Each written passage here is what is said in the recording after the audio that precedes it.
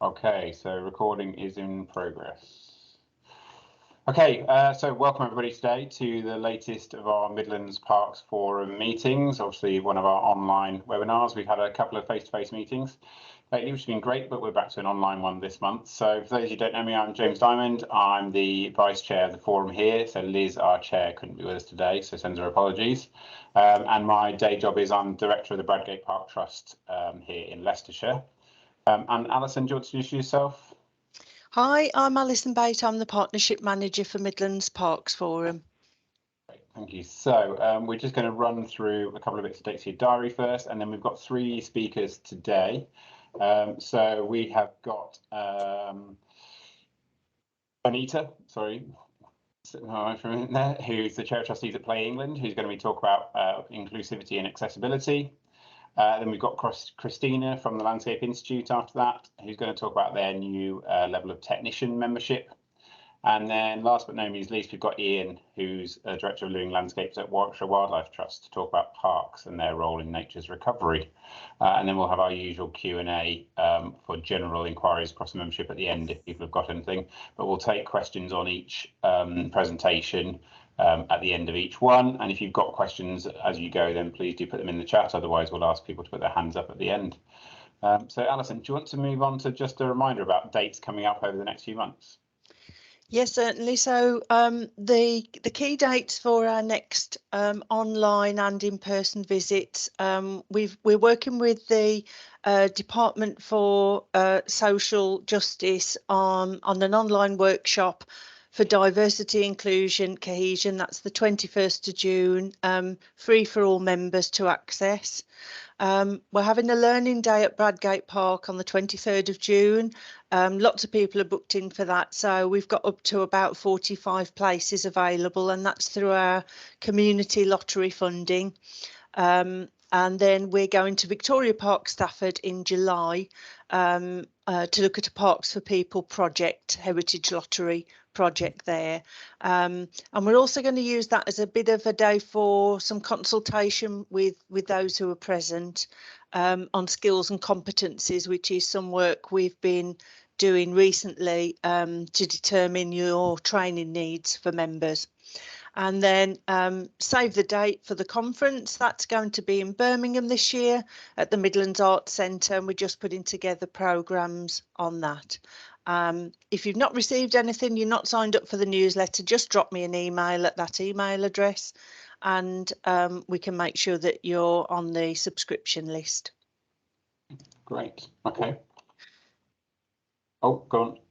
James, this was just one article, and we thought it was appropriate that one of the trustees has asked me to share, and they were contacted by Scope about their Let's Play Fair campaign. And it's a letter that they're putting towards Parliament about fair play for all children. So we thought it was quite appropriate to share it here. So this is a link, and all these notes will be up on our website within 2 or 3 days.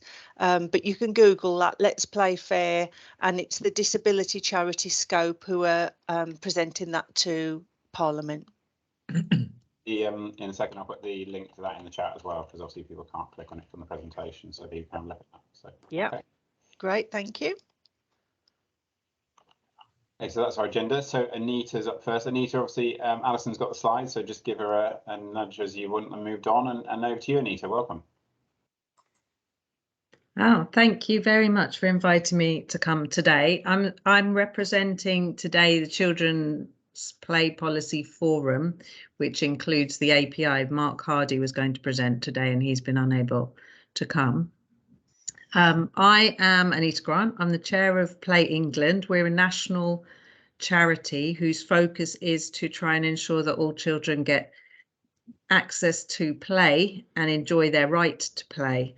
So that can take many forms, and of course includes children of all ages. Often people will talk about play in relation to the early years, but we're talking about play for all the years, including teens. So that means that we try and talk in lots of different places. Obviously, thinking about play is really important when you're thinking about children in the public spaces. and parks would seem like an obvious place for children to be. But what we find, and are finding more, is that children in the public realm are not actually being supported or recognised as being natural inhabitants of those spaces, weirdly. So one of our big themes is to think about how we can work with parks more, so yourselves, to ensure that they're welcoming to children. I want to play you this video, which gives you an idea of what we mean when we say play. And whilst I'm sure you all know what you think it means, I thought I'd let you know what we think it means. And then after that, I will move on to our new policy statement that we've just written together with the Play Safety Forum, which talks about specific issues around inclusivity and accessibility for children with disabilities. Can we play the video? I hope it's going to work.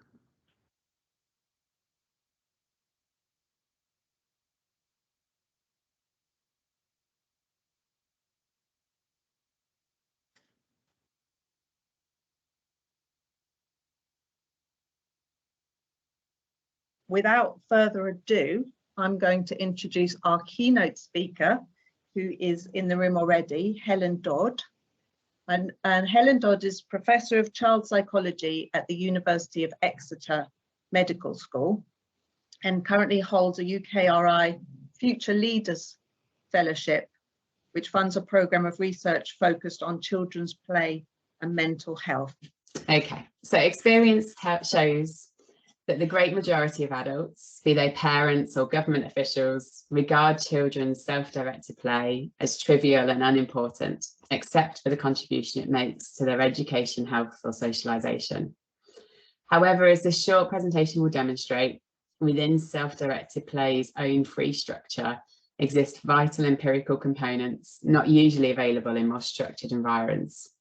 Components that individually and collectively access or formulate benefits of fundamental importance to all children as a normal part of their daily free play growing up. Benefits which are at least as, if not more important to the child as anything provided extraneously. The benefits to which I allude, or Bob alludes, include a continuous and voluntary dynamic interaction between the child and the whole environment, giving rise to perceptions around safety, risk-taking, dealing with surprise, change, other species, and so on. A developing, recapitulative and intuitive perception of life, discovering, for example, alternative living space, cooking, intra-community living, landscape variations, defence, privacy, intra-relationships and governance and law. Symbolic representations like rituals, funerals and ideas around spirituality and holy places. Creative skills from reality and fantasy, for example, designing and making ornaments, weapons, camps, clothes, jewellery, sounds and other artistic manifestations. And imaginative constructs on every level, from the macro to the micro, from creative games to changing self. These benefits in turn give children direct access to an otherwise unteachable set of skills. Play gives children reflective, monitoring, forecasting and problem-solving skills that may, for example, make it possible for them to better adapt to changing environmental conditions. Play early in life supports brain plasticity. Children use it intentionally, although unconsciously, to improve the organisation and structure of their brains. Children play because one of the evolved outcomes of playing is brain development, and the changes that play causes are permanent. So what are the implications for policy and practice? It's safe to assume that life post-pandemic is different to life pre-pandemic, and many children's behaviour will reflect the impact of shortages of space, screen-based interaction, inadequate equipment and furniture, missed friends, the constant presence of adults, lack of outdoor play, dislike of masks, missed lessons, bubbles and so on. Children with disabilities will have been particularly affected by these restrictions.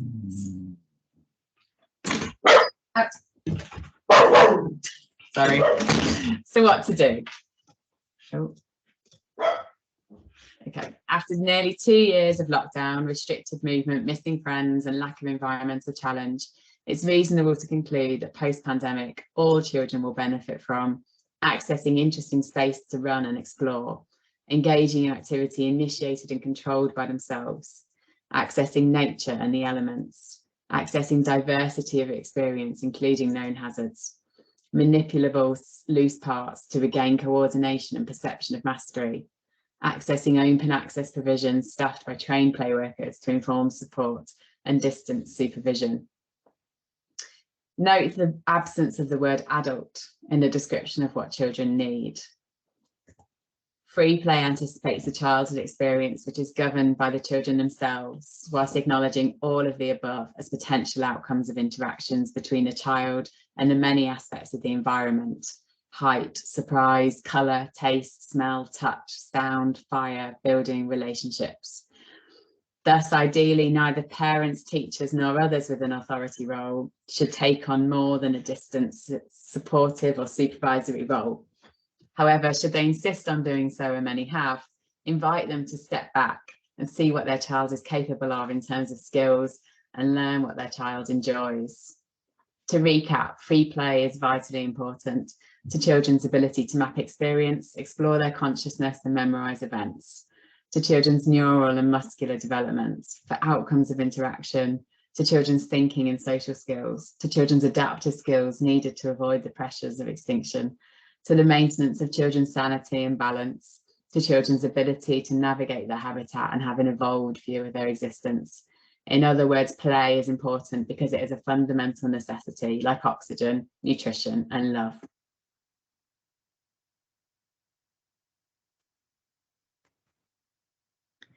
Right, thank you. If you can stop that. Those are not my adverts. I didn't choose those ones. Yes, I think those are on the link from YouTube. I don't think we've got the technology to stop that happening, sorry. Okay, we can stop sharing the screen then, I think. So this narrative behind the slides is available to you afterwards, because I think there are a lot of things were said in that brief piece of video, and we want to support you to be able to think about these things after you've heard this talk.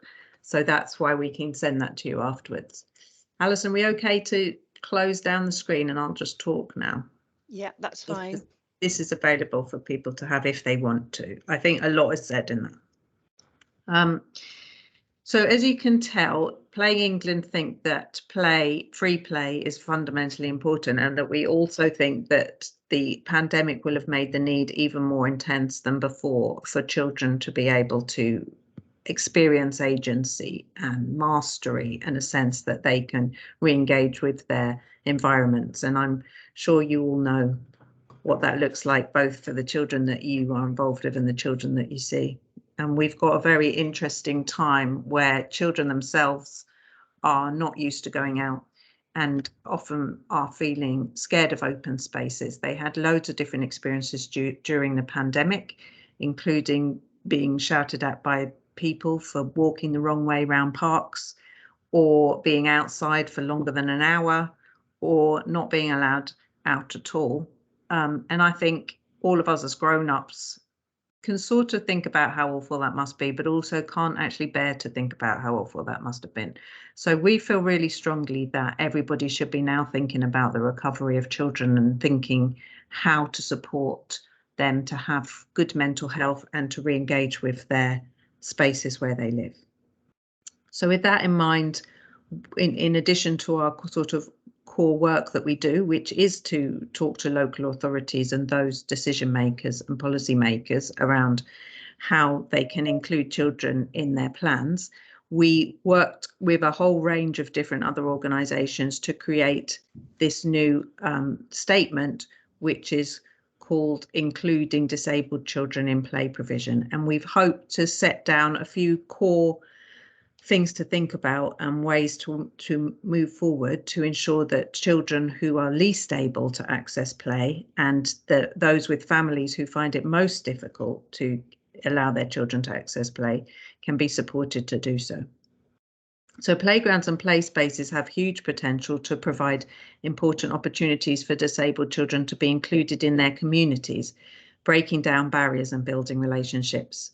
And the other big thing, of course, is that this brings additional well-being to the entire community if everybody can be engaged and included in what goes on in the public spaces. Even before the pandemic, there was a massive lack of spaces and play spaces and environments that were fully welcoming to children with disabilities and additional needs. And in building up our statement, we spoke to many parents and families who talked about really basic things being difficult, like heights of curbs when you're using a wheelchair, to lack of toilet facilities, to the fact that the sorts of play things available for children with disabilities are pretty boring, and that their children can do all the things that they can reach very quickly, and there's no flexibility. So we really think that we can help people, and we have been working with people like Scope, and we very much support the open letter that was just referred to there, help people to think about how to make spaces more accessible. Part of what we were trying to do with our statement was to agree language, which was really important. So we have the two ways of describing play spaces currently: accessible play spaces and inclusive play spaces. And I think different people are using those words in different ways. And we hoped that we could sort of get agreement on how we use the language as a basis as we move forward. So we describe an accessible play space as a place which is barrier-free, that allows users access to move around the space and offers participation opportunities for a range of differing abilities. Not every child of every ability will be able to actively use everything within an accessible play space. And we describe an inclusive play space, which provides a barrier-free environment with supporting infrastructure, which might include things like toilets or parking nearby, which meets the wide and varying play needs of every child. Disabled children and non-disabled children will enjoy high levels of participation opportunities, equally rich in play value. So we're hoping, one of the core things we were hoping would come from this statement is that we can all start using language in a way that we mean the same things as each other, because even that hasn't been happening. So we talk about play value in our statement. Play value describes the value an environment, object or piece of equipment brings to children's experience of play. So a space rich in play value creates opportunities for a variety of physical, social and sensory play experiences. Something has high play value if children are able to play with it in many different ways, integrate it into their play, or use it to expand on their own ideas and actions. We're really keen to work with you and others, especially in parks and open spaces, to think about how we are measuring the play value in those spaces. We have lots of different people feeding in ideas to us, and some of the issues that we find with people managing parks, especially in urban areas, is that the residents and stakeholders who would get engaged in designing and managing a play space are often not those who are putting children, especially not disabled children, at the forefront of their thinking when they talk about what they would like to see in parks. One of the interesting things that we found was that during the pandemic, families did start to use their parks in many different ways. And in some of the times, and I'm sure you all know about this, there was an enormous use of local parks, which brought all of its own issues. I live in Brighton, and there was a lot of issues around rubbish and indeed the lack of toilets at the beach when so many people came to spend their outside time here, and it caused an enormous headache. But if we are thinking about encouraging young people to get back out and engage with their environment after the last 2 years of the pandemic, we need to really be thinking about the infrastructure. And the point of dividing the idea of accessibility and inclusion was to recognise that if we don't have basic things like toilet facilities at a play space, then that does create a barrier for some families to be able to use it. Now, we can't resolve that by creating toilets in every single park, but what we can do is make sure that there's some places available that do provide the facilities that families say they need. So the idea behind the statement is to give you some support to think about when you are redesigning or even managing or even just thinking about usage of the local parks, that you prioritise getting children into them. And that will, you will come across all sorts of barriers, from parents not having time or being bothered to take their children to them, children being allowed out or even feeling confident to go out at a lot older age than we ourselves are used to. I mean, I myself used to go out to the park from about the age of 8 on my own. Whereas all of the research we're doing now, people are not thinking that children should be out by themselves going to the local park till they're 12, 13, and children of that age don't want to go to the park because they haven't spent the 2 years getting used to it and building up their friendship groups. So we've got a massive job on our hands to get the children even to the parks. And once they get to the parks, there's all sorts of other barriers for them. Adults are not used to seeing groups of young people being together. This is one of the biggest issues. We've got all sorts of risk-averse planning that goes on in parks, where sometimes, I'm sure not in your parks, but some parks will prioritise planting and trees over children. Bizarre, I know, but we do find that that happens. So what we're saying in this new statement, which is available for you to see anytime, and is also on the Children Play Policy Forum website, where any of our members are always keen to talk to people who want to think through any of these elements or ideas that I've shared with you today. We're saying that a positive and solution-focused attitude is critical to create inclusive place-based design based on understanding and prioritising the needs of disabled children and making adaptations to include them. So those of you who are responsible for designing, managing play spaces can make an enormous difference to children's lives by championing the importance of including disabled children in play spaces and working in partnership with them and their families and the community. Children themselves are really good at playing, and that's something that's really, really important to remember. They don't need a lot of stuff. They need a space and they need to be allowed. And then they really love playing and find it easy. They can play with a leaf, they can play with the wind, they can play with each other.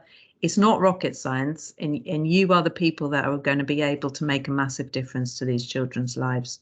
Small adaptations can make a difference. Play spaces should offer a balance of high to low challenge opportunities and a good mix of play features. Play opportunities offering a wide range of play experiences, including challenge, variety and choice, are essential for disabled children and families. But this does not mean that all play features need to be accessible to all children. Children themselves are all different, and if they can learn things, change, they can start being scared of a big swing and then they can do it and go and do it every day and then get bored of it. There's no way that we can know what all children are able to do. We just need to make sure that there's variety and, as much as we can, things that they can make their own choices about. All children deserve to be able to enjoy play spaces that work well for them and their families within a reasonable distance of their home.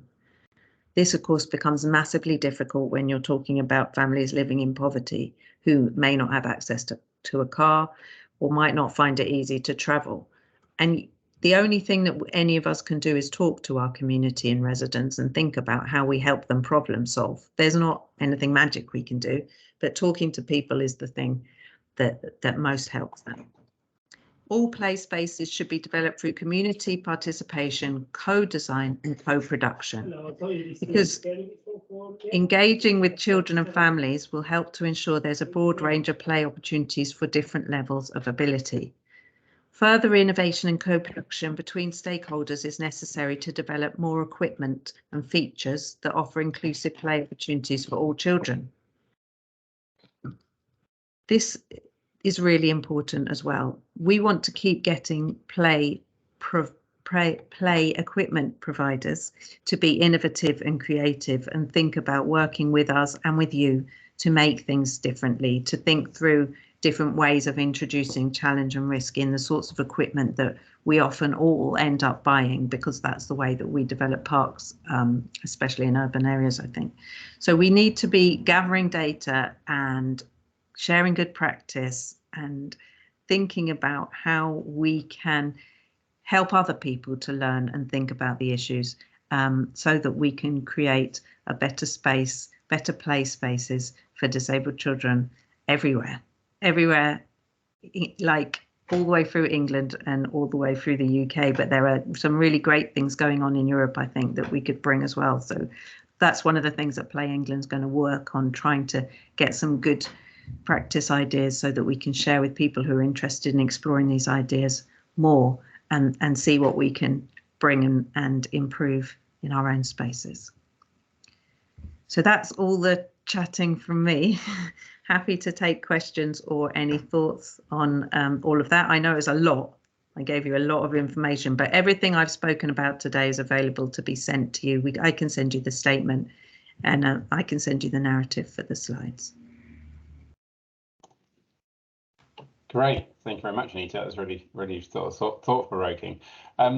If we can take questions then from our attendees, so if you want to either raise your hand or put something in the chat, and we'll feed that through to Anita. Just to kick off, I suppose, a couple of questions from me. Where do you feel play is at the moment in terms of play in parks? I think, you know, during my time in this sector, we've seen different kind of themes and concepts, I suppose, come and go. You know, natural play was really big for a while. I suspect that's probably distilled a bit again now. A lot of authorities are still using very traditional sort of kit fence carpet type playgrounds because of maintenance concerns and that kind of thing. But do you think there's a kind of fundamental flaws, or are these just tweaks to the way designs are coming out now? And is it the industry, or is it those who are commissioning the playgrounds to blame, or both? There's a lot of questions in there, probably. Yeah. Well, I guess where we come from Play England is that as I said, as the video said at the beginning, children play. Play is what children do when they're not being told what to do.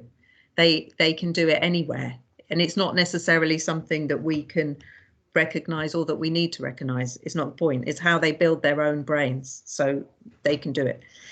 And what we saw in the pandemic, I think, was all sorts of different spaces being used in ways that perhaps they hadn't been designed for or thought about. I know that happened in Brighton, definitely. And that sort of shows a way forward, I think. One of the other things to remember is that children's brain development and their engagement with their environment is what they need to do to be where they are. We can't guess where they need to be in 10 years or in 20 years. The people best set to create the skills they're going to need are them, not us, because we will never experience what they experience. So it's really about getting back to the core, which is space and agency, freedom, allowance, places where children are not going to be told what to do, told off, expected to behave in certain ways, places where they truly can explore their environments and each other and their relationships. And, you know, parks could, if you have that at the core, yes, children love a swing. Also, they play when there isn't a swing.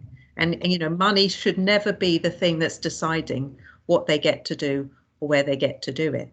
But it is challenging. It's definitely difficult, and it's difficult for us as grown-ups to remember what it was like being a child. But sometimes we like to go into a scrappy bit of grass where it was really long and you know, pick the daisies and make a daisy chain. I mean, these are the things, you know, nowadays they get told off for picking daisies.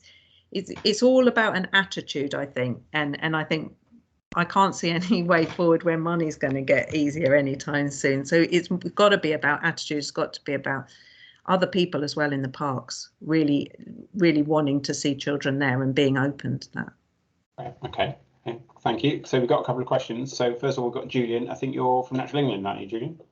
That's right. Yeah, thanks. Thanks, Anita, for the presentation. Yeah, just from my own personal sort of observations, my two young boys, when they go down the park, you know, it's quite difficult to predict where they're going to end up in the park. They may end up on the play equipment, but quite often they're happy kind of climbing the odd shrub or tree or going in the undergrowth and, you know, making their own fun. So yeah, I completely agree and support you know, what you've said about that. I'm just wondering about the definition around children. I mean, it's quite a big definition, and obviously, you know, what one child may well be very different and their needs be very different from another. But in terms of again, sort of my personal observations, a lot of the parks and the kind of the play equipment are kind of pitched at a certain age group, and interestingly as well, close by there's a green space, and there's a sign at the green space saying no children over the age of 12 allowed in here. And it's just, you know, it's just a sort of, there's some flowers and it's a sort of wild grassland, but that kind of messaging I think is really unhelpful to those older age groups and their sense of maybe feeling excluded in these spaces, and then the kind of knock-on effects that can have maybe on their behavior and, you know, their attitudes. And I think I'd like to see yeah, greater engagement of those different age groups.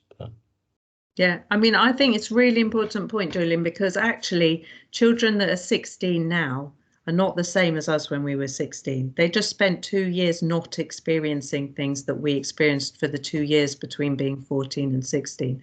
So those sort of age specificities they're just not useful anymore. Children are all different, and this is the time for us to realise that. In my day job, we run adventure playgrounds, and we don't have an upper age for children to be able to come to that. They come if they want to come. And we have some children who are 16 and some children who at 9 are bored. You know, children are all different. The other big thing that didn't happen for children during the pandemic was they didn't meet children of other ages. So unless they had brothers or sisters, they would be only with their own age, and even at school in bubbles with only children of their own age. And this means that we're going to have children and young people growing up who are nervous about meeting people of different ages, meeting older children, or being confident around younger children. So we really want them in that wild area, exploring their environment and meeting each other. We literally want them there. So, and I absolutely agree. Having a sort of random note that says at this age you are allowed in and this age you aren't allowed in is just, you know, comes from fears, grown-up fears of something that has already changed. Thanks. Thank you both. So our next question is from Richard from Warwickshire, I believe. Richard, over to you.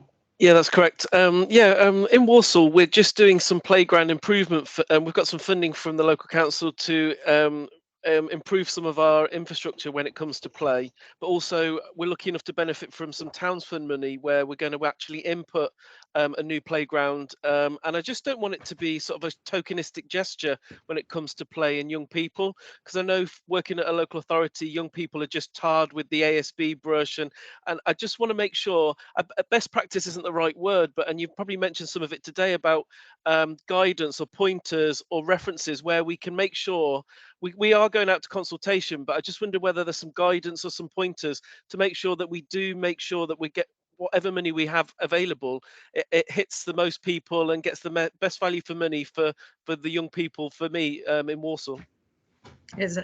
Thank you, Richard. It's really inspiring to hear you wanting to do that. There's a couple of things. So we have a document called Design for Play on the Play England website, which I think is really helpful for anybody thinking about what they want to do with their parks. We have this new statement which talks about including disabled children and also their families in the consultation. And then I think one of the biggest things that we find is that grown-ups' anxieties around children and children mixing is one of the things that often can cause residents to feel worried and raise issues around things when you start to do things a bit differently. And so really thinking through how you engage the local community in the space of time prior to making the changes is something I'd encourage you to think about, because sharing some of the themes I brought up today about how important play is and what difference it will be able to make to the mental health of children after this pandemic might help them be more accepting to seeing things be slightly different in their park than perhaps they've been used to. No, that's very much appreciated. Thank you. Great, thank you, Richard. I've just got one other quick question, Anita, which is something that cropped up with me a couple of times actually in the last 2 weeks, which is along your lines of more natural or less planned play, which is the sort of health and safety concerns that some people have around the more informal play that goes on. And actually, the specific example I've come across twice in the last couple of fortnight is rope swings in trees and things. And on both cases, people desperately cutting them down the moment they appeared. Now, we all swang from a rope swing when we were kids in the woods or across the stream, whatever it is. Do you think there's room for making people less wary of those sorts of play types in the future? And how do we get past the sort of health and safety concerns we've got? Well, basically, we're concerned about being sued, aren't we? That's where everyone comes from over it. Do you think there's room for manoeuvre there as well? Yeah, I absolutely do. And I'd had this argument in my day job in Islington, and we went through a phase of encouraging people to do rope swings, and the park rangers pulled on them, checked on, we talked to them about how you check whether a rope swing is okay, and we left them up for a certain amount of time, and they just checked, that the branch wasn't rotten, and I mean, it's not rocket science, right? All of you all know how to do it. But there is the concern about being sued, and the truth is that life isn't safe. Children aren't safe. Sometimes you hurt yourself when you're playing.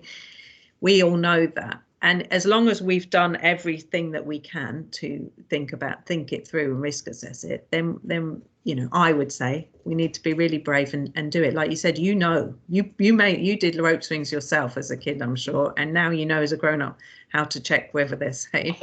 Yeah. And maybe there can be, you could be a certain time, leave it up for a week and then do take it down. But it's only by it happening will you be able to create that sense of accepting it as being normal from other residents. And they will, they're always going to ring the council and say, oh, I don't like this thing that's happened. There's 4 children talking to each other in a group. It's very dangerous. That's the reality of how we're living at the moment. And we've got the councils and local authorities have got to be brave, and the police. So the other big thing, as soon as you start to make any changes to your open spaces, is to talk to your local police, because if you talk to them, then they're sensible, normal people. If you leave them to come in with their security by design gobbledygook thing, then they're not normal, rational people. They come with the most risk-averse approach that they can come with. So it's all about engaging people early, right. Thinking about the partners. I really like that. Just, the rope swings is one example, isn't it? But if we can work with what the kids want to do rather than against them, probably much more productive. Great. So just in terms of next steps, I've shared the link in the chat to your open letter. So you're encouraging people to sign that, really? Yep. Yep. And then I'll try and put into the chat the link for the statement that I just spoke about and the Play England website where we've got the Design for Play document. Okay, great, brilliant. Thank you very much, Anita. Thanks for your time today. Great. Thank you. Okay, so our next speaker, we're pretty much right on time, a couple of minutes here or there, is Christina Hirst from the Landscape Institute, and she's going to talk to us today about the new technician membership at the LI. So, Christina, over to you. Thanks very much indeed, and hello to everybody there. Thanks very much indeed for inviting me to come and speak to you today. Really excited about our new grade of technician membership. Big step for the Landscape Institute. And I remember I came to talk to the Midlands Parks Forum, it must have been a year ago now, and we were just beginning to think about technician membership and apprenticeships and that sort of thing. So I hope that you will find that things have moved on quite a lot since that time, those of you who listened to my presentation, as I say, about 12 months ago. So if I just introduce myself, first of all, if we could just move to the next slide. So you know my name, Christina Hirst, and I'm the Entry Standards Consultant for the Landscape Institute. And that role involves a number of things. I look after universities, I look after routes to chartered membership, and I've also been developing the new route to membership for technician grade. And I'm also the project manager for the Landscape Apprenticeships Trailblazer Group. So I'm going to talk to you a little bit as well today about the apprenticeship that also leads to technician membership that we've been developing for a short while now. Now, I'm imagining that most of you are, in part anyway, familiar with the Landscape Institute, but just a little bit of very brief summary. I mean, we are, of course, a professional body. We have a royal charter, and we're also an educational charity. And as an educational charity and our royal charter, we promote the art and science of landscape practice. And our work is all about the public interest. Of course, we look after our members. Of course, our members are really important to us. But our fundamental reason for being is to look after the public interest. And we cover a number of fields of practice, increasingly diverse, increasingly broad in terms of the areas of landscape activity. And parks, of course, is one of those key areas of practice. So what I'd like to talk about today is set out in the slide here. I'd like to talk to you about technician membership, just tell you a little bit about that, to explain the routes to technician membership, those that are already up and running, hopefully get you interested in those. Maybe some of you might be interested in being technician members, or you may have colleagues who will be interested. That's my hope. Talk to you about the technician apprenticeship and our experienced route to technician and a project that we are launching or have launched, and a Q&A session at the end just to answer any questions that you might have. So please feel free as I go, if you'd like to just pop a question in the chat through the chair, I'm sure that's fine. And I can obviously answer those as and when we get to an appropriate point, but there will be that Q&A session at the end. So if we could just turn to the next slide, and I'll tell you a bit about technician membership itself. So this is very new to us. It's a new grade of corporate membership. Up until the launch of technician membership, we had our chartership, we had fellowship, and we had an associate grade of membership, which is for those who have an accredited degree. But what we didn't have was a grade of membership for those practitioners in landscape and parks and the wider sector in specialist and support roles. And that is the intention of technician membership. And our intention is, and it's proving to be the case already, that this is a really important and valued professional destination in its own right. Valued by employers, valued by industry, accepted by professional indemnity insurers for those who are working in the private sector, and recognised for tenders and bids and for demonstrating best value. But not only that, we also hope that it would provide a stepping stone for those who are interested in doing so to move on to chartership. So it has those two roles, professional destination in its own right, but also potentially for anyone interested, that career stepping stone. And the important thing is that it can recognise existing experience, existing qualifications, and it can also encourage new entrants to the sector to gain that recognised qualification. And the grade requires demonstration of a range of different knowledge, skills and behaviours, professional, technical and ethical standards. And I'll just tell you a little bit about that today without going into huge detail. Very happy to give further detail, of course, to anybody who's interested after the event today. So if we just on the next slide look at the benefits of technician membership, and I hope you'll agree there are many. It is a quality mark, technical, professional standards, demonstrating that an individual is working to those high ethical standards of behaviour that our communities, stakeholders, industry generally would expect practitioners to do. Also an opportunity for networking, to build that professional network, so important to all of us in our professional lives. Access to CPD and training opportunities. At the Landscape Institute, we run a range of CPD events through our LI campus and our branch activities. So for all of you, wherever you're based, we will have opportunities for those CPD activities across a range of different disciplines. And being part of a professional community and being a greater voice than individually. Real opportunity to have a say and to make a difference, particularly regarding some of those key issues so central to the work of the Landscape Institute, climate change and some of those environmental issues. There's an offer of mentor support to help individuals to gain membership and beyond. Of course, there's post-nominals that come with technician grade of membership, the TMLI. So our chartered members, CMLI, our technician members, TMLI. I've mentioned already professional indemnity insurance for those in private sector, possibly less relevant to those of you listening in today, and a real opportunity to influence the future direction, we believe, of the profession, the sector, and importantly, of course, of the Landscape Institute as a profession. So if I just turn to the routes that are available to technician membership, and I'm really hopeful that my presentation today will interest maybe, as I say, some of you, but also maybe for you to think of colleagues who may be interested in working towards or achieving this grade of membership. So there will be 3 routes to technician grade. The first route, the technician apprenticeship, landscape technician apprenticeship, I'll tell you a little bit more about in just a moment and is up and running. The pathway to technician will be launched next year and will largely mirror in terms of the process the way that someone will become a chartered member. So it will be a period of experience during which time the individual will demonstrate through that experience a number of different competencies that are set out for technician membership. And I'll share with you those competencies in just a moment. And the third route that again I'll tell you more about today, the experience route to technician.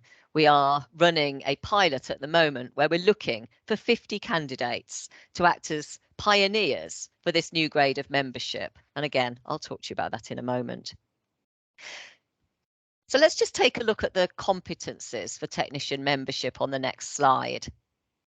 I'm sorry that the text is really quite small here. There is a link to, I know you can't access it from the slides themselves, but if you Google Landscape Institute competency framework, you will find a larger picture and also the full competency framework.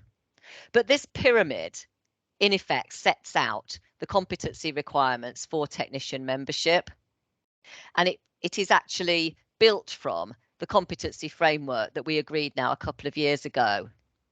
It's been really big, major piece of work for us in developing a competency framework that now anyone seeking membership would need to demonstrate the relevant competencies to achieve that membership. And the competency framework is built around 3 types of competency. And I think I remember I spoke to you about this last time when I saw you all about a year ago. So briefly, the 3 types of competency. Firstly, professional competencies. Those important, transferable and generic skills that are equally important to this profession as to any other, and certainly to all the different fields of practice within landscape, including, of course, importantly, parks. And they're all set out at the bottom of the pyramid, the foundation for building further competencies. Communication, negotiation, influence and engagement, health and safety, teamwork and collaboration, professional judgment, ethics and values, just some of those that are set out as professional competencies. For a technician, we would ask that all of those are achieved at a level of knowledge and understanding. So all of our competencies are defined in 4 levels, from a level of knowledge and understanding at level D, through a level of experience at level C, through providing advice and making recommendations at level B, and level A generally not required as an entry point to membership, but level A, the expert level, for someone with really high level of expertise in particular competency. So back to the pyramid of professional competencies, and then from those build the core landscape competencies. These in the centre of the pyramid are those competencies that we believe set the landscape profession apart from any other, that these are equally applicable notwithstanding the field of practice. So equally applicable to those involved in landscape architecture, to those involved in parks, and those involved in landscape management and urban design and digital practice, to name but a few. Creative problem solving, healthy places, inclusive environments, some of the very things that we've been hearing about with regards to children and play, of course, just a moment ago in the previous presentation. So those again are all required for technician membership at a grade that would either be a level of understanding or experience. And then in the very top of the pyramid is where we build flexibility, where we seek to recognise the different fields of practice that those within the sector would be involved with. Importantly, of course, for you today, the additional landscape competency of parks management. There's also competency of procurement and tendering, planting and horticulture, you know, a number that would be relevant to those of you involved in parks. To become a technician member, an individual would only need to choose either one or two of those additional competencies, dependent upon the level that they take that to. It would depend whether it was indeed one or two. So I hope you feel that those are relevant to practitioners involved in parks. And I hope that you would feel that you may have colleagues, as I say, who would be interested in coming forward based on those competencies. So let me tell you about the two routes that are available at the moment that would allow someone to come through to technician membership. So on the next slide, I just talk about the landscape technician apprenticeship. This can be for either existing staff, so you may have colleagues who might be already experienced, but maybe not qualified in parks management, who might be interested in a professional qualification and an alignment with a professional institute, such as the Landscape Institute.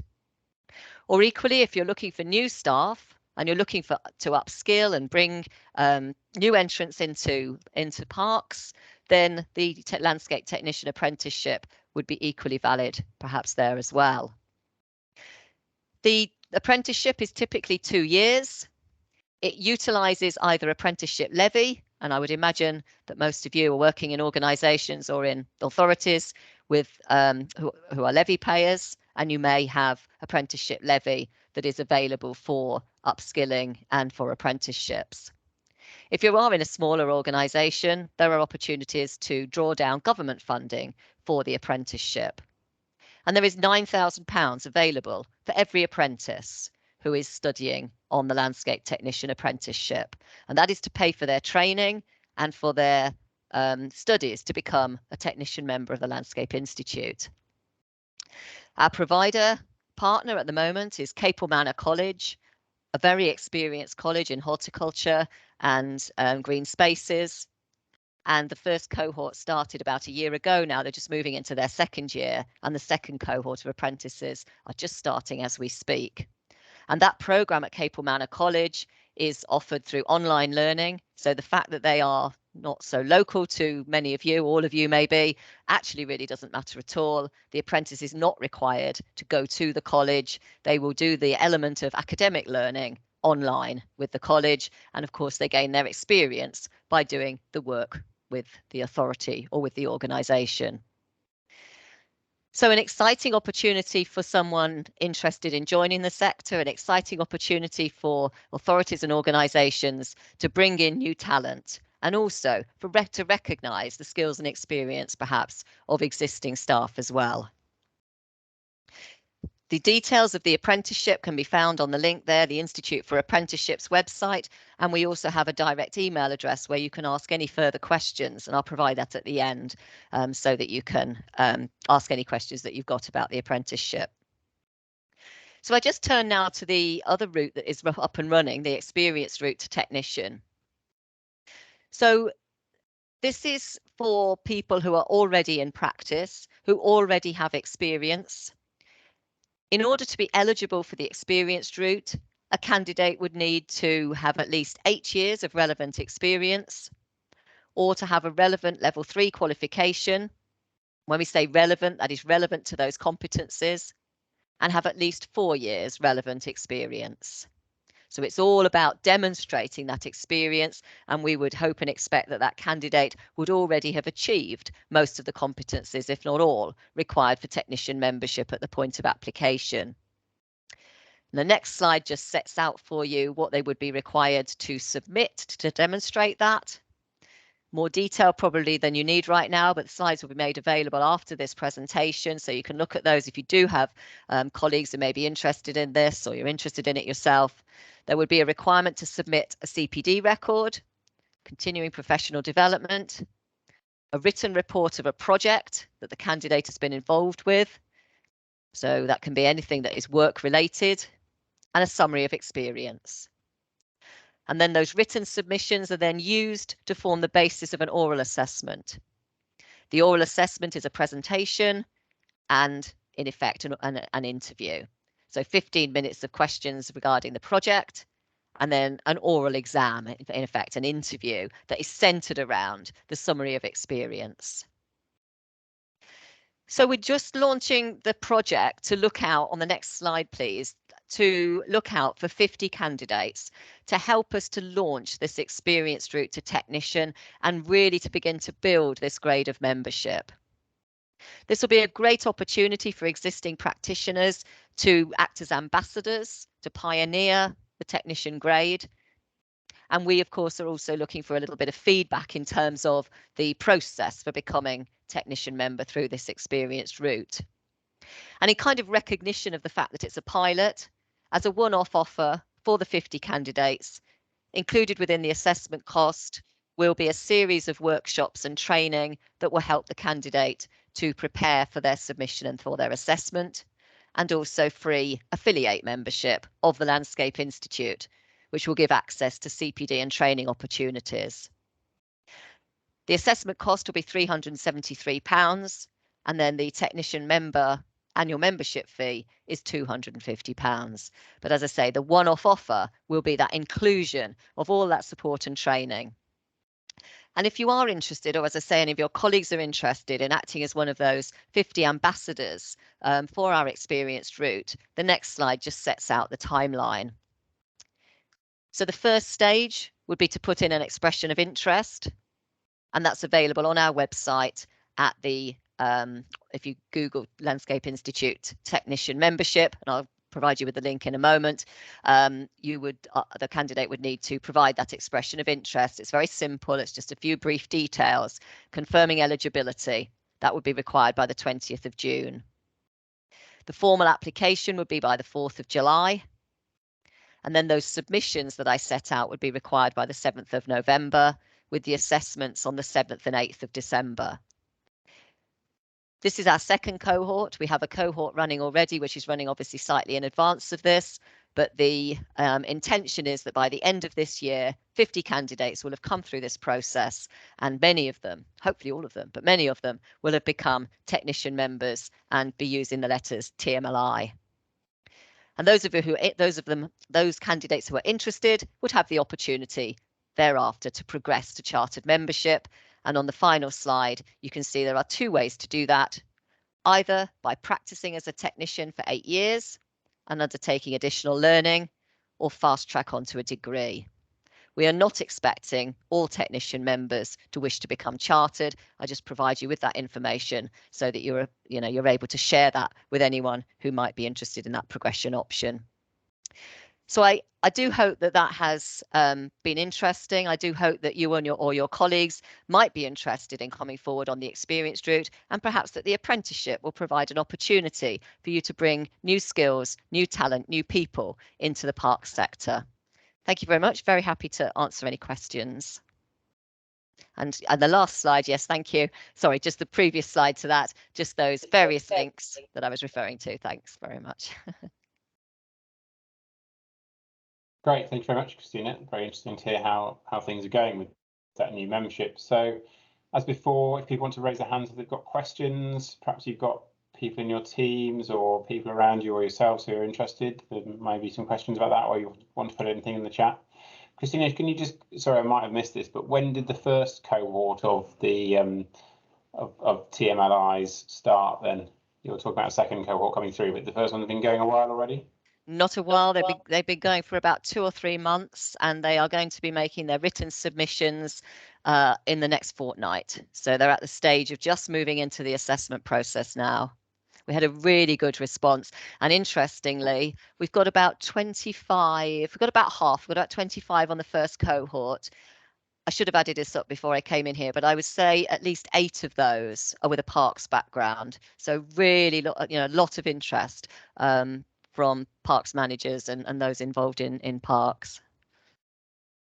Great. And are the rest, that was going to be my next question really, are the rest from sort of more traditional landscape architect type background?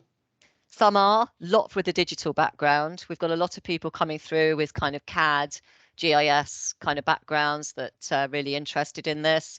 A number involved in landscape management, landscape architecture, traditional, 5 or 6. Interestingly, not the largest percentage. So good to have a mix actually, and I'm sure for those people taking part, that mix will be part of the interest and the benefit of it really. So yeah, absolutely. Yeah. So I don't know if we've got any questions from anybody. I guess I'm interested, and probably you are, Christina, as to whether people, think this is of interest to themselves or their colleagues or those around them, or whether there are any barriers to taking part or entering. Whether it's time or costs or whatever. I suppose that's often the difficulty, isn't it, with these things, is proving to people the benefits of what you're trying to deliver, really. Absolutely. I mean, I would be very interested to know if there were any barriers, obviously, because at this very early point of launching this new grade of membership, it's very important for us to consider those. If anyone would like to share a barrier or, obviously, if you do see this as an opportunity, I'd be interested to hear too. Yeah, okay. Okay, so I don't think we've got anything at the moment. If anybody does have a question for Christina, please do put it in the chat anyway. But we'll move on to our next speaker. But thank you very much, Christina. And I think perhaps at some point, if we get an update from you, maybe again after the next cohort, it'd be really interesting to hear how that's going, and obviously keep contact with you and the LI about that new level. That would be great. Thank you very much. Great. Thanks. Okay, so our final speaker today is Jelley, who's the Director of Living Landscapes at Warwickshire Wildlife Trust. So Ian, over to you to talk about parks and their role in nature's recovery. Thanks very much. I'm not sure whether these slides are they on a PowerPoint at your end or are they on PDF? Oh, sorry, I'm mute. They're all part of a PowerPoint, Ian. So if you just give us PowerPoint at this end. I don't know whether this will work because I've never tried it over Teams, but the first couple are on click of the mouse, and then after that they move on their own. So you might be able to have a 15 minutes worth of sit back and relax while I talk in a minute. So we'll see whether the technology works. So I should start by saying hi, I'm Ian from Warwickshire Wildlife Trust. I'm presenting today after I had a quick chat with Alison about our work and the Wildlife Trust's wider strategy across the UK. So just as a bit of an intro, the Wildlife Trusts are made up of 46 separate charities around the UK. So wherever you're from, you're near to one. We are all independent, but we collaborate together at a regional or a national level around issues that are pertinent to us. And in doing so, we've got a new strategy, which is around nature's recovery. And key to that is working in partnerships. And we know that parks can play a huge role in nature's recovery. So I'm here to talk to you about that over the next few minutes. So if you'd like to go on to the next slide. So the first couple of slides I've got are a bit of a prompt. So our journey starts in 1970. So if you're from Kettering, or if anybody in your family is from Kettering, that's the town centre. If you were going out on a night out on a Saturday in Kettering in 1970, you might look like that if you're a gent, or you might look like that if you're a lady. A lot's changed since then, including the football. So next click. There's the Football League table from 1970 when Everton were good at football and so were Coventry. Manchester City not so good back then. This is all important because a lot has changed. So if we now move over to the focus of my talk, which is wildlife, and this is where the timer kicks in. So up in the right corner, it will show how long I've got on each slide. Back in 1970, we started to monitor wildlife across the globe, and pretty much since then, every graph has gone in the same direction, which is down, and that's not great, particularly if you're a fan of the environment. Whatever species you look at, they're all going in a downward direction. There are some exceptions, things like deer, which are generalist species, but if you look at insects, if you look at birds, the overall population, the diversity are all going downwards. And this is going to have a huge impact on the globe if we don't do something about it soon. The UK is now facing an ecological crisis. It's quite complex as to why that's happening, but 15% of all of our wildlife is now under threat from extinction. And if we don't fundamentally change the way we operate, we may see that extinction of those species in our lifetime. There's a lot of different reasons for that. And at the heart of all of that is human activity. Many studies have been undertaken around the world, and the UK has been benchmarked against other countries. The assessment of biodiversity intactness ranks the UK at 189th place out of 218 in terms of how much we've changed our landscape. And we can see that locally. So here's an example of Stratford district in Warwickshire, which shows the extent of the loss of ancient woodlands over time, shown in red, and the degradation of our habitats. We've started to try and map out the woodlands that are left to see opportunities of where we can reconnect them and re-establish them. The many challenges for our species and our native wildlife, one of the biggest is the barriers in the landscape that we create. So roads or the crops that we grow or housing developments stop species from moving across the landscape. If you're a small mouse and you're trying to get across 8 lanes of traffic from one side to the other, you're just never going to get there without getting squished. And in urban areas, the way we've developed our houses and created the communities where we live, we've done so in a way that doesn't retain the naturalness of the environment. So this is an example in Stratford, where the only open areas within that area are modified grassland, amenity grassland, great for playing, very poor for nature. And if you look at that across a town, what you start to realise is that there are only fragments of naturalness around in our landscape. So this is a wider view of Stratford, and the orange parts are the natural grass, and the dark green is the ancient woodland. As you can see, there's very few areas remaining. And the new kid on the block in all this sort of challenge that we're facing is climate change. And we've been collaborating with universities and looked at the impact of climate change on our species. And this slide shows that if we have 2 degrees warming, all of these species will be impacted, potentially threatening their existence, which is a horrifying state. If you take hedgehogs, for example, we did a project on hedgehogs a few years ago, and we asked everybody in Rugby Borough to record the sightings of their hedgehogs, dead and alive, and map them. The high concentration on that there is the town of Rugby, and hedgehogs are still doing quite well in urban areas. But the hedgehog is a kind of synonymous of this sort of situation because they rely on a diet of a range of different things. And each of those things are probably unrecognisable to most of us. But what it means is if weevils, for example, were to go extinct, then hedgehogs would not have anything to eat other than earthworms in May. And that could fundamentally wipe out the hedgehog population. It's important to think about how hedgehogs move through the landscape. So lots of people say, oh, I've got a hedgehog in my garden. The reality is that hedgehogs cover a huge area, up to 1.8 kilometres a night for a male. So the ability for a hedgehog to move through an urban environment is really important, and us putting fences and walls around gardens and having barriers is a challenge to them.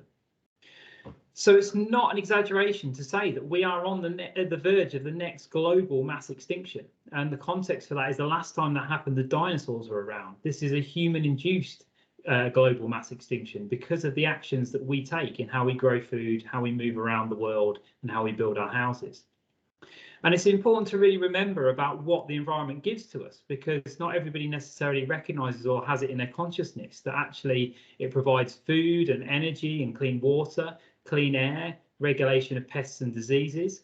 And some of the recent experiences that people have been having as a result of the COVID pandemic have really highlighted that.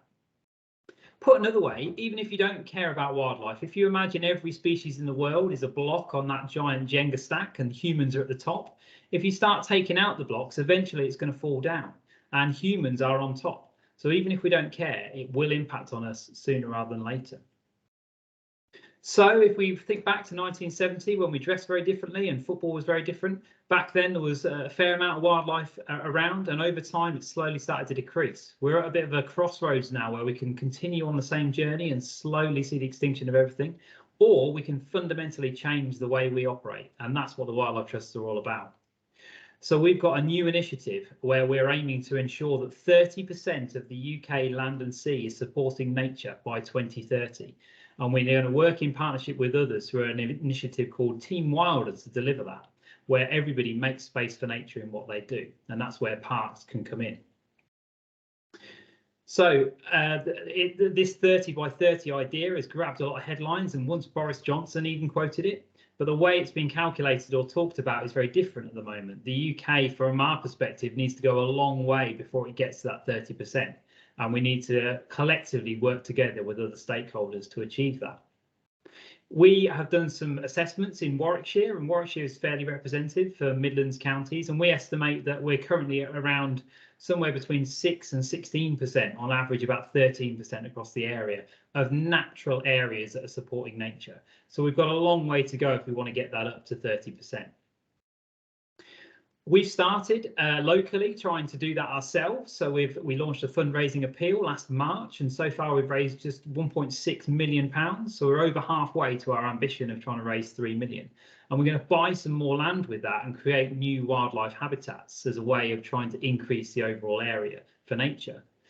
But Warwickshire Wildlife Trust manages 65 nature reserves, which sounds a lot, and it covers about 1,000 hectares of land. But actually, that's less than 0.5% of the total area of the area that we actually cover and serve. So our influence over land is fairly limited.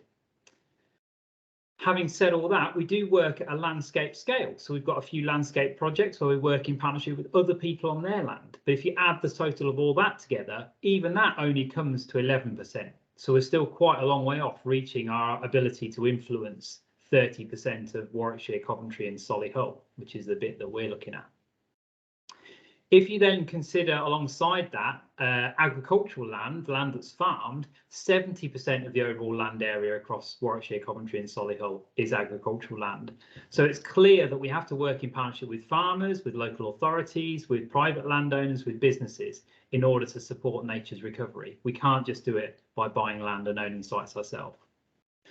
And if we look at somewhere like Coventry, which is a fairly densely populated urban area, it has a huge range of green spaces and river corridors running through it, and some fantastic wildlife sites.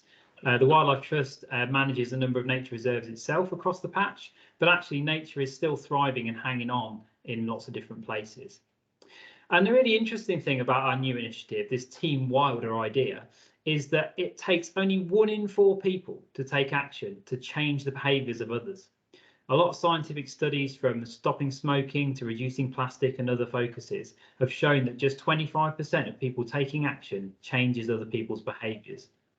So interestingly, just small actions individually, whether it be not mowing your lawn during May or planting a wildflower border or planting a tree in your garden, can add together to create this network for nature and to help nature recover. And that's how parks can come in, because 30% of a park that you manage is not necessarily a huge area. And the idea behind this is this trying to increase landscape connectivity, which goes back to something called the Lawton Report that was written back in 2011. And it looks to link up the landscape to allow species, thinking back to that hedgehog and its ability to move through the landscape. Species, whether it be butterflies or birds or other species, need to be able to move from one site to another and cross these barriers like the roads or other areas that we've created that are currently providing a bit of a challenge to them. So if we increase the overall area for nature, you start to get these connections back in the landscape. So what can you do to help? Hopefully by this whistle stop tour, you've been a bit inspired. The top 3 ideas that we've got, certainly for working in partnership with park owners and managers, are planting native species, reducing the intensity of cutting grass in some areas where there are lower footfall, and retaining dead wood when you're doing tree safety works. Some of those things are quite challenging, and it challenges behaviours, and I'm sure you'll get lots of complaints and interesting conversations from people, but the Wildlife Trusts are here to help you try and manage that communication. And it'd be great to have those conversations with people to see whether 30 by 30 would work on the sites that you're looking to manage. Thinking of it another way, this is obviously trying to do a bit of a spin on the London Underground map, but it shows that everybody can play their part. Small individual actions right up to whole farms or landscapes acting for nature. Everybody doing small actions collectively as part of their business can join together and enable nature to recover. So Warwickshire Wildlife Trust and the other wildlife trusts around the UK are going to continue to manage our land, and we're going to create more space for nature by acquiring more land. But we're also very keen to work in partnership at a greater scale than we've ever done before through facilitation and support. And we believe that working in partnership with people like park owners and managers can really help achieve that. So our ambition is to get more people on nature's side, which will enable more action for wildlife and create more space for nature. And if we can do that, we can avert this ecological emergency that we're facing and prevent those species from going extinct. So it'd be great if we could have a constructive discussion with parks to see whether we can do more for nature. So that's my whistle-stop tour. That's the last slide. I'm happy to take any questions if anybody managed to keep up with that. Thanks, Ian. That was great, really thought-provoking. I have to say your self-timer thing is a stroke of genius to keep yourself to time, isn't it? It's hard to keep up sometimes, but yeah, it stops me waffling on. Excellent. Okay, I think we've got a question already. Julian's got his hand up. Over to you, Julian. Do you want to stop sharing then as well, Alison, please, for a second? Thanks. Yeah, thanks, Ian. Enjoyed your talk. Yeah, I'm just wondering in terms of the opportunities, but I'm just also thinking about the constraints. So around things like, I know there are lots of constraints and it's not a very simple picture, but there's quite a big body of evidence around the impacts of lighting on light spillage in urban areas on habitats, and the effect that can have on kind of a quite wide range of invertebrates, which obviously really important in terms of the sort of the food chain, in terms of ecology, and the impact that has on other species such as bats.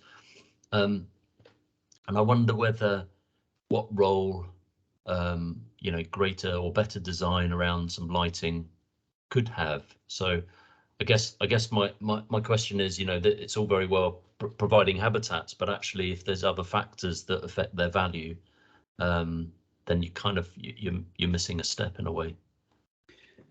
I think that's a really good question, and it's undoubtedly a very complex challenge to solve. There are fundamentally a lot of reasons why we're facing an ecological emergency, and creating habitat on its own isn't going to resolve that.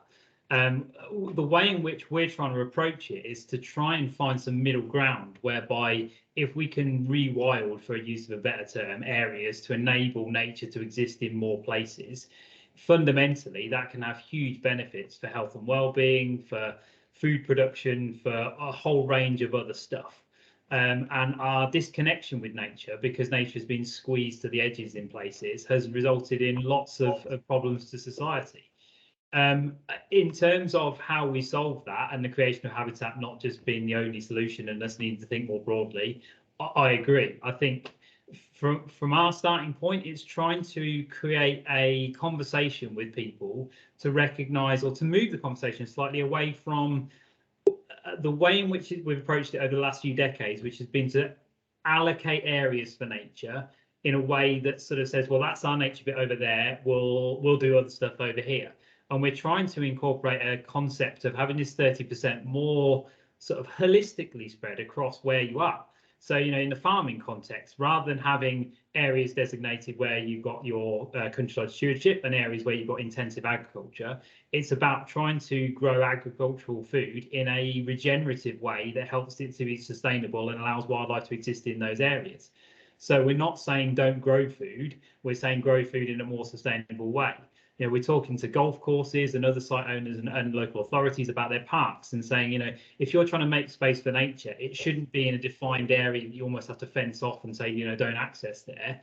Thinking back to the first presentation today, incorporating wild play into that and being able to have that sort of element where the park is used by people will definitely make it more sustainable if it's done in the right way. Now, there might be some disturbance to wildlife as part of interacting with play as part of that, but if we can get the overall area of nature increased, then it becomes more resilient to that disturbance. Part of the problem we've got at the moment, whether it be disturbance by people or dogs or lighting, is that it's so on the edge that any kind of further negativity has a huge impact on what's remaining. So our aspiration is to try and change the mindset to say, well, let's try and increase the overall wildness of the UK. And in doing so, we're enabling us to interact with nature, and perhaps some of the other challenges become less of an issue. Thanks, Ian. Great.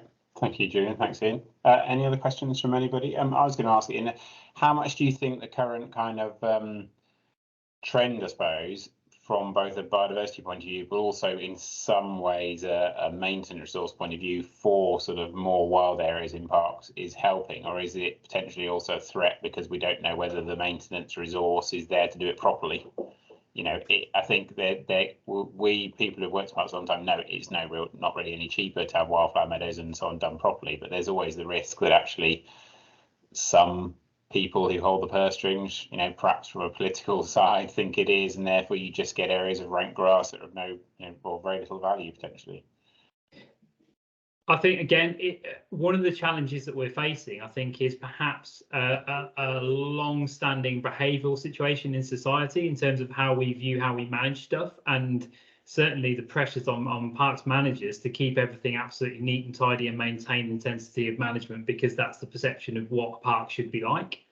And one of the things that we're doing locally is to try and support that idea of just explaining why things are happening, because one of the challenges often people think, you know, if people aren't cutting the grass as regularly, then it's deemed to be, you know, they're wasting taxpayers' money, or they're, you know, shirking on their duties. But actually there's a bigger story to tell there. And, you know, I think if a lot of people understood that without pollinators, for example, you know, pollinators are responsible for 1 in 3 mouthfuls of food that we eat. So if all the bees and butterflies die tomorrow, we are going to face global food shortages. So, you know, if you set that in the context of should we reduce the intensity of how we manage our spaces to enable pollinators to be better off, I think most people would agree that it would be better to not cut your grass as often and have more pollinators than it would be to make everything look pretty. So, but there's a long way to go, and trying to incorporate those sorts of conversations obviously is a challenge. So it's a behavioural change piece for us as much as anything, and trying to work with managers to be able to give them the bravery and the confidence to be able to do it, because it is, you know, it's challenging the way in which we've operated in the UK for a long time. Yeah. Okay. And I suppose the other part of my question was going to be, how much do you see that a biodiversity net gain in the future is going to support this and help this, whether it's from developers paying for it or potentially landowners actually changing the way they're maintaining their land, or the value of their biodiversity value of their land because they're being paid to? It could be huge, and it's really interesting at the moment. We sit on the verge of so many kind of sliding scale scenarios. You know, we've got post-Brexit agricultural reform, and the government is trying to set out a new direction for how farming payments are structured. We've got biodiversity net gain in the planning system and the requirement to deliver 10% net gain against development. And we've got a number of other sort of areas of legislation or policy direction that are, if designed in the right way and implemented in the right way, could fundamentally change the landscape of the UK. Equally, they could be part of a watered down end product that doesn't quite deliver that, and as a result of losing other elements, we end up with a worse state of nature in the future. So there is definitely an opportunity there, and I think, you know, on the carbon side of stuff, there's a lot of intention from local authorities and others to plant trees for every citizen, or do the right thing. And, you know, we recognise that that could be hugely beneficial as well. But it's about the right tree in the right place and making sure that, you know, inadvertently people aren't destroying really good wildflower meadows by planting trees all over the top of them. Yeah, and I guess the same goes for the net gain stuff, doesn't it? It's got to be the right habitat that's being improved, and not, you know, at the expense of some other value that's already there and so on. So yeah, interesting. Great. Okay, brilliant. Well, great. Thank you very much for your time today, Ian. That's much appreciated. So that's the last of our 3 speakers today. So we've just got a few minutes now. If anybody else in the room today has got any general queries or questions from across the region, we've always allowed a bit of space for this, whether it's a virtual or a face-to-face meeting, because we know that sometimes those kind of day-to-day queries, the forum can try and act as a bit of a conduit for. Or similarly, if you've got topics that you'd want raised in the future, or webinar topics that you'd like us to explore in the future, then please do chip in. I, for example, was having a conversation with a colleague in a local authority this week about some benchmarking around, well, we're specifically talking about filming prices And I wonder if that's something that could be useful for members in the future to do some benchmarking on certain prices to make sure that we're all sort of on the same page on things and not under or I suppose potentially less risk over but undercharging for sort of commercial activities on parks, for example. But happy to take any comments either if you want to raise a hand or in the chat. If anybody's got anything. Otherwise, just a quick reminder about our up and coming dates, as Alison mentioned at the beginning. So 21st of June, we've still got places on our diversity, inclusion and cohesion and equality workshop. Then 23rd of June, we are here at Bradgate Park for a face-to-face session with a number of walks and talks on trees and woodlands, looking at some of the projects we're doing here and how we manage our stock of ancient veteran trees here. 14th of July, we're in person again at Stafford at Victoria Park, and then date for your diary for the future, which is 10th of November for our annual conference in November. So, Alison, anything else from you today? Just had a thought actually about Christina and her contacts with the cohort of apprentices and new starters, and our Bradgate Park event is essentially an outdoor event for trees and woodlands, and we very much put in the message out that we would like new starters to join us, apprentices. We know there are several amongst our members in the Midlands, but certainly Christina, we'd like to extend that opportunity to them, and I'll drop you an email if that's okay, because we'd be very happy for them to join us for the whole day of learning, and we're providing CPD certificates and that sort of thing. So just thought that might be another opportunity. Yeah, great. I think Christina's had to dash off, but we'll drop her a note to that effect. But similarly to anyone else that's in the room who's got the colleagues who are interested in 23rd June at whatever level, then do get in touch. So. Great. So thank you very much, everyone, for attending today. I'm going to stop the recording now, and we hope to see you at one of our future meetings.